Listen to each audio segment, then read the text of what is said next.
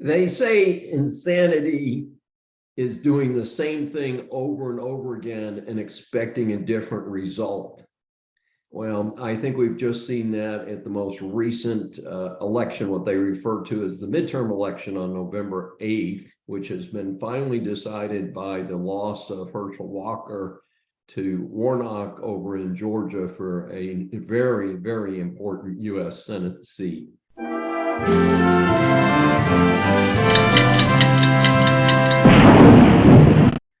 This is Dr. David D. Shine. Welcome to this special episode of Saving America. And, America is in trouble. I don't think anybody's going to debate me on that point. The Democratic Party is controlled by a small group of crazies who seem to think that returning to old-time communism is a way for them to retain power and to somehow get a majority of the public to vote for them. And it's rather amazing to me because the public, in order to do this, has to avoid runaway inflation, runaway crime, wide open southern border, the fentanyl crisis, and so on and so on. It's not good. And there was a great hope, I think, on the part of some Republicans and some optimists that there was going to be a big red wave because the public would wake up to all of these failings of the Democrats and do something about it.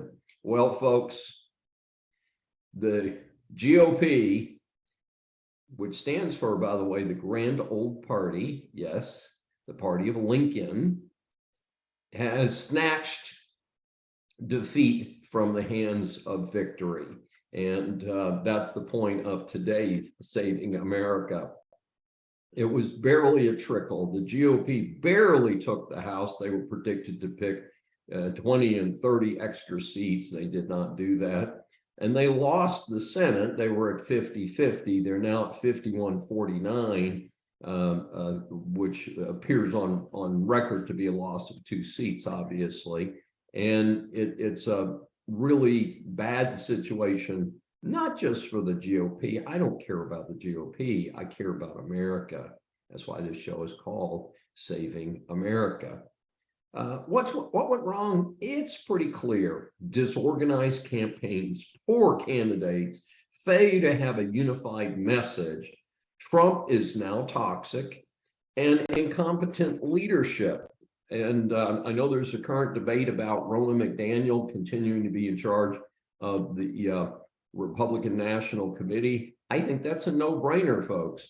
Although I also thought it was a no-brainer to get rid of mumbling Mitch McConnell. And the Senate apparently has reelected him as the minority leader of the Senate. I don't know why, but the GOP continues to shoot itself in the foot.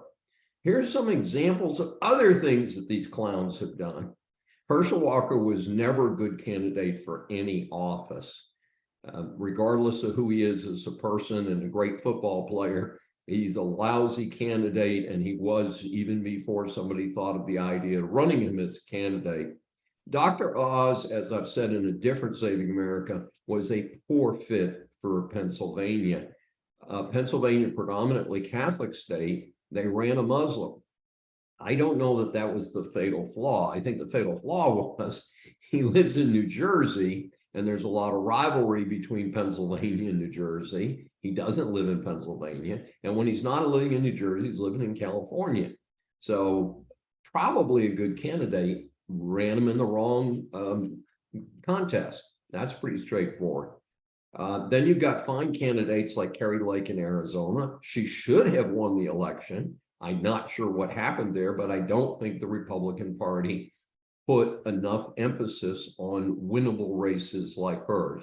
We've already talked about mumbling Mitch, and of course, one of his other, out of many misdeeds, was supporting the wrong GOP candidate, the wrong candidate in Alaska, which has been well reported. And the other question I have is there's lots of money floating around. That's not the issue. But why did the Democrats outspend the Republicans in the Georgia runoff about 3-1? You want to win elections, you better dump some money in the elections that you plan to win. And given the importance of that seat to the GOP and to America, it's rather stunning that the GOP did not do more. Folks, I'm certainly not here to say there are easy fixes. As I've said, they've got to dump mumbling Mitch.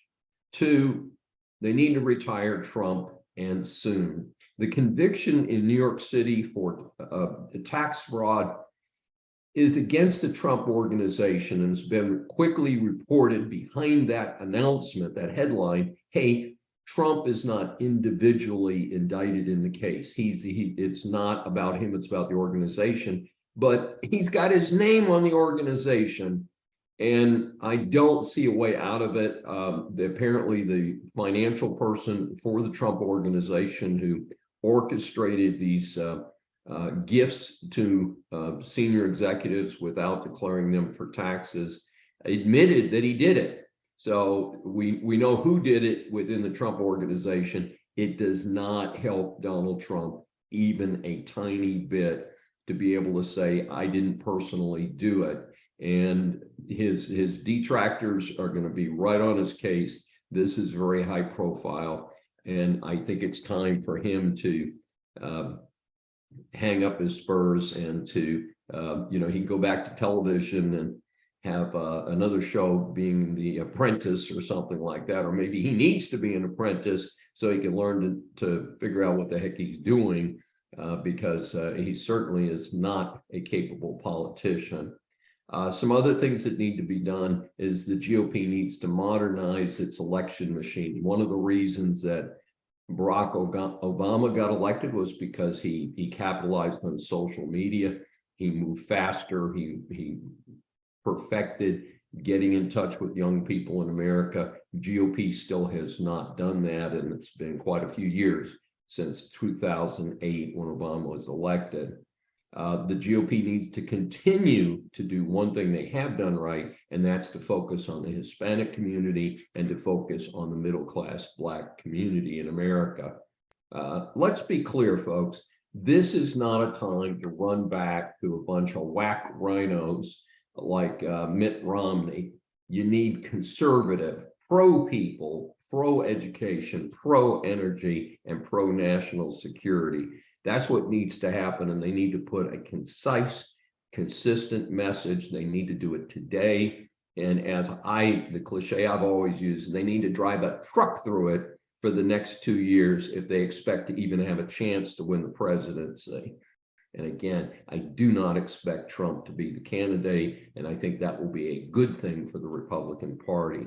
So again, it's time for the GOP to either get out of business or get straight and do it right.